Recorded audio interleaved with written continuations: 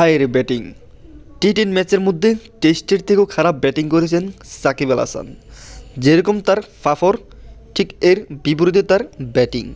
সবাই রীতিমতো সাকিবকে নিয়ে হাসাহাসি শুরু করে দিয়েছে। আম্পায়ার পর্যন্ত বিরক্ত হয়ে গেছে সাকিবের এরকম ব্যাটিং দেখে।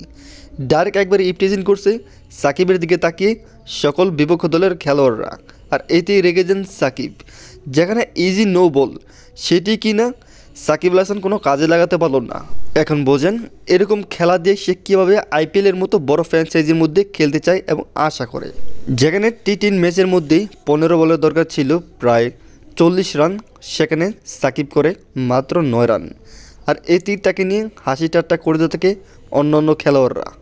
পুরো লজ্জার মধ্যে ফেলে দেয় সাকিবকে শরম দিতে দিতে। প্রিয় দর্শক, টি-10 ম্যাচের মধ্যে সাকিব যে টেস্টের থেকেও খারাপ বল খেলেছে, এটি আপনার কাছে কী রকম লাগছে কমেন্ট করুন কমেন্ট বক্সে। চ্যানেলটিতে নতুন হলে সাবস্ক্রাইব করে আমার পাশে থাকবেন। সবাই ভালো থাকবেন, সুস্থ থাকবেন।